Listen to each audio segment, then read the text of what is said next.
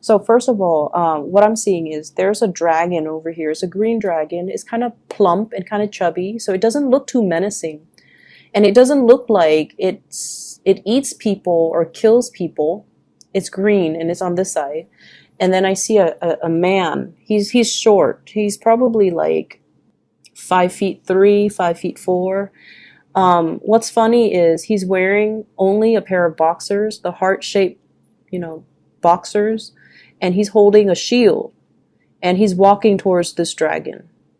And then behind him, I see a woman. They're about the same age, and it seems like they might be an odd couple, but she's tall. She's like probably 6 feet tall.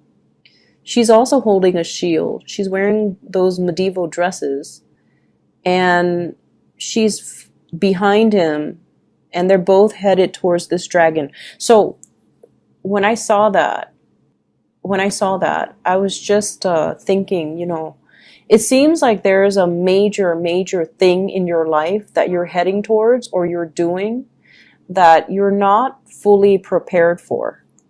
That's what I'm getting. Because the way I looked at this dragon, it looks plump, and you might assess the situation like, oh, it's harmless. It's not going to, hurl fireballs at me and roast me alive, because in your eyes, you're like, it's plump. It doesn't look too menacing, but you're wearing your boxers and you're headed towards this thing that is, 10 times your size. It could be very careless with you and hurt you. And then there's also somebody behind you, a woman or somebody that, we equate to as somebody that you're supposed to protect. And yet you're leading this person into this situation when it might or might not have a good outcome for the two of you. So I feel like it's important to, come to situations prepared. And if you're going to do something, you have to do it wholeheartedly. You can't half-ass it. That's what it feels like to me. If you're going to, head towards a monster, even if it's friendly, but you don't know that it's friendly, but it's like 10 times your size, you need to have your battle gear on. You need to have your sword. You need to put on your armor. You need to have a strategy. You can't just tiptoe in and look it directly in the eyes when you're not, equipped properly. Okay. So that is also the messages coming through with the cards. So first of all, I feel like there is a financial arrangement or a financial entanglement between you and another person. And I feel like with you and the other person, there's a great deal of trust, okay? So I'm not going to downplay that aspect, because I feel like you trust them, they trust you. There's a sense of mutual trust. And I feel like it was something that was rushed in very hastily. And thank God that, you can trust them and they can trust you. But I feel like it was like slapped together very, very quickly. And then I feel like it's gotten a little bit messy to kind of unravel yourself. And I feel like if you ever break up with this person, or if you ever stop being business partners with this person, it can be very, very, very messy. So that's the first thing I'm seeing. Something that was slapped together in a very hasty manner, and it was not well thought out. And I feel like you and the other person are figuring things out as you go. And it's almost like, you're doing things out of necessity, and you're like taking it one day at a time. But I don't see any long-term goals, and I don't see any long-term vision. And that really scares me, because I feel like, things are done so spontaneously that it's really hard for the two of you to have any type of a tangible goal, long-term goal moving forward. Okay. So that's what I'm seeing here. I feel though, many of you have, it's like you have in your mind, okay, like you're envisioning like, I want to have a lot of financial security, and I want to be able to take care, have the money, I don't need to be a billionaire, but I need to have the money to take care of the people that I love. And I feel like there are a lot of stressors in your life right now. It could be bills, expenses piling up. It could also be like, I just feel like a lot of writing that you have to do, a lot of reading, a lot of writing, a lot of projects, a lot of expectations from people. So it seems like it's all around you. And you're taking care of one thing after another. And your free time, I feel, is very severely limited, by the way. You're taking taking care of problems as they creep up. And it's like you're whacking one thing, putting that down, and then another problem would creep up. So you're expected to be like at all places at the same time. And it's really not fair to you for other people to expect that of you. And I feel like all of the other people's expectations really detract you from, first of all, your own free time. And then you have to answer to all of their expectations. You have to be, the jack of all trades. And I feel like you're just constantly catering to other people and you're not really able to do anything for yourself. So if you have those long-term goals, I want to go to school. I want to get my degrees. I want to take this language course. I want to do more career development. I want to buy a property. All of those goals that you want as an individual, they get put on the back burner. And then other people's goals become your main objective. And so it's really important this week to say no to people, okay? Kind of like heading to see that dragon. Like, I'm not prepared. I can't do it right now. Let's just revisit that in about a month or 2 months, okay? Let me get equipped. Let me be fully prepared because I want to be able to do things well. And if I do something, I want it to have a good outcome. So I feel like you have to really draw boundaries with other people. And you also, I feel almost like there is something here where you're putting on a very brave face. Okay. You're kind of like the one that other people rely on for everything. And so it's in your nature to project this very optimistic, everything will be fine. But I feel like you're constantly reassuring other people everything's going to be fine. But deep down, you don't feel that way. Deep down, you don't feel that way. And so you need to tell yourself too that, it's like you're convincing other people, but you're not really convincing yourself. So it's time to pull back your energy, focus on yourself, and not do so much and worry so much about what everybody is doing. We need to get ourselves a little bit more grounded and a little bit more centered. Okay. For those of you there who might have recently taken on a job, I feel like they're promising you a lot more than they're able to deliver. Okay. And then I also feel like for those of you who have a job right now where you are constantly in the public eye, people see you, you're very visible, they recognize you, there might be some fame, some fortune associated with it. There's some type of a backlash. So when things are good, when you make progress, when you say the right things, everyone sees that you're capable and competent. One thing goes wrong, and of course they're going to blame the person who's the most visible, right? So I feel like there's something here about being very visible. It's kind of like that lightning rod, you're very visible. So when the attention is very positive, it's all on you. And then if one single thing goes wrong, they forget everything that happened before. And the negative attention is focused on you. And so the energy is very extreme. And it seems as if, your performance is heavily scrutinized, or your performance is being heavily monitored.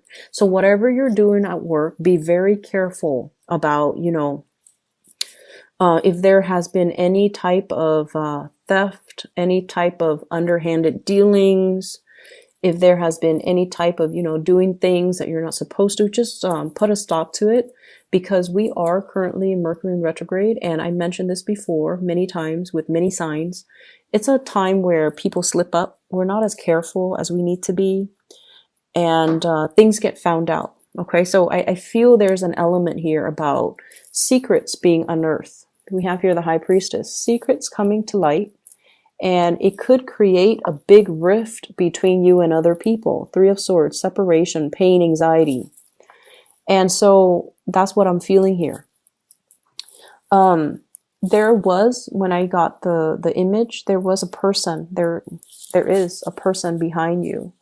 And I feel for many of you, you're with somebody that takes a lot of risks. They're very, very risky. So this can be mild, where, you know, they're inspiring to be with, they're fun, and the two of you have, you know, you go on many adventures together. Okay? Like, you travel together, you see a lot of cool things, you go to concerts, you try a lot of new things together. So it's that, you know, the man, and then I see the woman, and I'm so sorry. The image was very heterosexual, but, you know, for same-sex couples, it could be the same way, where you have somebody, if you're in a relationship, they're very fun. You kind of egg each other on. You experience life together. But from the extreme end, it's somebody that can, you know, it's somebody that you could potentially make very bad decisions with, because the two of you egg each other on. Okay, so let's not let it go overboard. Okay, they definitely, I feel like there's a sense of trust. It's a really interesting mix, because I feel like it's very new, but then the trust develops very fast, which is good. And then I see financial entanglement, like I mentioned, with the other person. So I feel like you and another person are just improvising. You could be musicians, where you, for example, you're a musician, you play a musical instrument, they're a singer, or they might be another musician, and then the two of you just improvise and back and forth, and you create really great music, beautiful music together. One person could be a singer, the other person can play the instrument, and you improvise, and you can get a crowd, you know, gather around you, because the two of you have great chemistry together. And so there's an element of being able to achieve fame from that. But I feel like it's a very risky venture. There's a big element of risk if you're not careful. But I definitely see, like, the ability to improvise with another person, the ability to kind of like telepathically connect with another person, where, you know, they hit a high note just as you hit a high note. It's really beautiful. It's hard for us to find people that are, you know, that can understand us on such a deep level. So I feel like the two of you have a lot of fun. But I would say that it's fun, but in terms of, you know, longevity, it might not be entirely stable. Okay.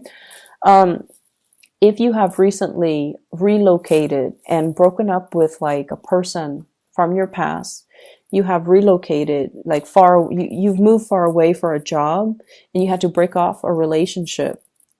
I feel something about it coming around again, or at least you're going to be able to talk things out, or at least get some closure, or at least the other person will check up on you, see how you're doing, and there can be a transformation in that situation. So like, you might not be lovers anymore, but you could be friends. Okay. So I feel like, and they might even, you know, travel to see you, and the things will pick back up again. So I don't see an end to a separation, but I feel like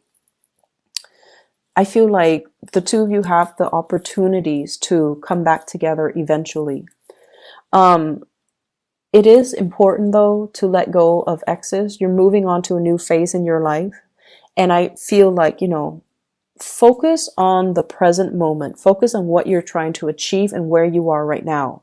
And like I said, you know, we can't half-ass things. We need to come to situations prepared. And a lot of the times, preparation means stop thinking about the past. Stop living in the past. Stop measuring your life with events, people, situations from the past. You need to ground yourself in the present so that you can be prepared for what the universe has in terms of opportunities for you, new love, new work opportunities, new things in general. So I feel like, you know, preparation is not just about Um, for example, putting on your knee pads or I don't know, like those the gears, the helmet and the shin guards and things like that for a sporting event.